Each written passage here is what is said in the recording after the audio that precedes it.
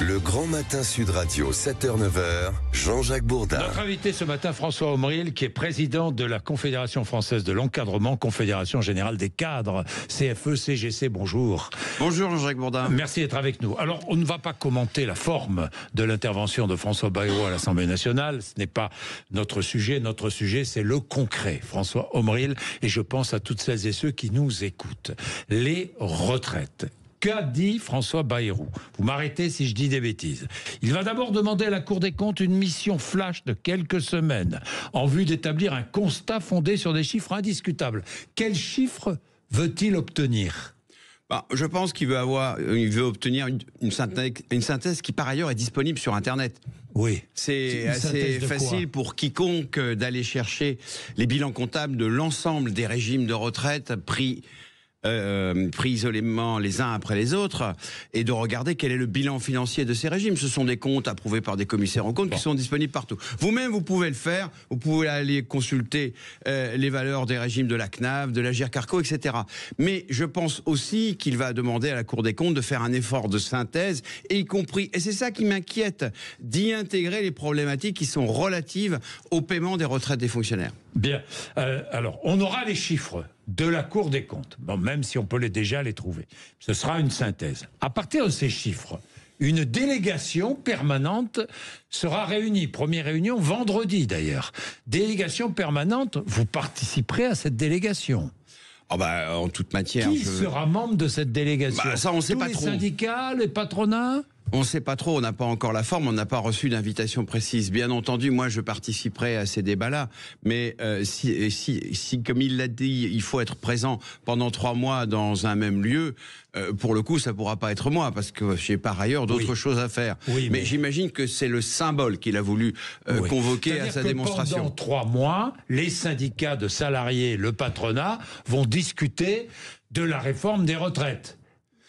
Pour essayer d'améliorer la réforme des retraites, c'est cela? Oui, et ça c'est une bonne chose qu'il existe un espace dans lequel on va finalement convoquer toutes les expertises nécessaires, toutes les autorités, parce qu'il y en a des économistes qui travaillent sur ces questions-là, et qu'ils se confrontent et que se confrontent à eux de façon à tomber d'accord sur l'essence même des chiffres sur lesquels il y a matière à négocier. Et c'est là, moi, le point d'attention que je voudrais avoir, parce qu'on ne parle pas des mêmes choses quand on parle des régimes par répartition. Nous sommes, partenaires sociaux, gestionnaires du régime Agirc-Arrco, qui existe depuis 1947, en tout cas pour l'Agirc, que je sache, notre bilan n'est plutôt pas mauvais. Il est bon, mais c'est un régime par répartition et par points. Alors c'est un régime par répartition et par points. Il y a par ailleurs le régime de la CNAV qui n'est pas par points, mais qui est un régime par répartition. C'est le plus gros régime, c'est à peu près 150 milliards de prestations par an. Mais là où il y a, à mon avis, il y a un problème, c'est que dans le discours de François Bayrou, que ce soit à l'Assemblée ou que ce soit dans son bureau à Matignon quand on le rencontre, il vient nous dire, en fait, j'ai une vision globale du système, et moi, l'État, je ne veux plus financer tout seul le régime des fonctionnaires. Or, les fonctionnaires d'État, ce n'est pas un régime par répartition. En fait, l'État, il a une obligation à payer les pensions d'activité, les pensions de retraite des fonctionnaires. Et il vient nous dire, évidemment, vous allez m'aider, en fait, moi, l'État, à payer pour partie les pensions des fonctionnaires. Eh bien, nous, on n'est pas d'accord avec ça, parce que c'est l'impôt qui le fait. Et en fait, on a un principe dans notre démocratie sociale que de séparer dans l'affectation, c'est ce qui est d'une nature de cotisation, ce qui est d'une nature d'un impôt. Mais François Omril, là, c'est quand même... C'est bien d'ouvrir le chantier. Mais c'est bien d'ouvrir le chantier. Vous êtes satisfait ou pas? Bien sûr, parce qu'on va avoir ce débat qu'on n'a jamais eu en fait depuis la fin de l'année 2022, par ailleurs même en amont, à l'occasion de la réforme du début de l'année 2020. Donc on va vraiment ouvrir les choses, et moi je suis content partout où il y a un espace où je peux parler, où je peux défendre une position, où je peux rentrer dans la controverse sur l'analyse des problèmes. Vous m'avez présenté tout à l'heure, je suis le président d'un syndicat qui regroupe des salariés qui partout dans les entreprises sont convoqués à résoudre des problèmes. Donc moi je suis très à l'aise par rapport à ces questions-là. Oui, vous êtes très à l'aise. Donc contente, concertation pendant 3 mois. Nous verrons bien ce que va donner cette concertation. Le patronat pourrait assouplir sa position ou vous pensez qu'il est très ferme sur ses positions? Alors, j'ai un avis un peu particulier sur le sujet. Moi, je suis de ceux qui pensent que le patronat n'était pas favorable, en fait, à la réforme dite à 64 ans. Ah bon? Et qu'en fait, il l'a été parce que c'est une question de tactique politique. Il y avait des contreparties à ça.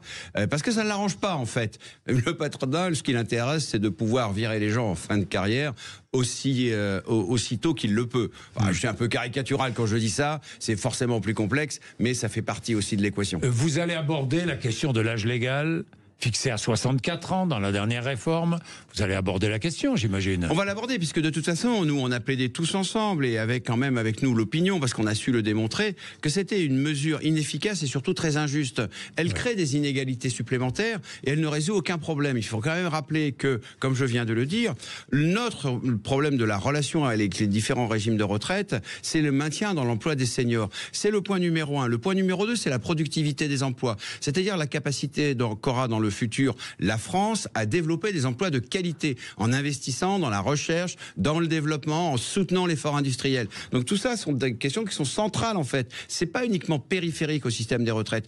Moi, ce que je reproche à beaucoup d'intervenants dans le dossier, c'est qu'ils regardent le dossier la tête vissée sur les chiffres. Ils n'ont pas l'intelligence globale de ce qu'appelle la France pour pouvoir continuer à se développer, pour pouvoir continuer à être une puissance économique qui peut effectivement financer ces dispositifs sociaux et notamment les régimes de retraite. Eh bien, merci François Omril d'être venu nous voir. Donc, vous allez aborder avec espoir, ces séances de concertation. Vous savez, quand on a une activité de syndicaliste, il faut être optimiste par nature, parce que parfois, le quotidien n'est pas très facile à affronter. Donc moi, j'ai toujours beaucoup d'espoir. Bien, merci François Omril, président de la CFE-CGC. Allez, le rappel des titres de l'actualité avec vous, Laurie Leclerc. Laurie.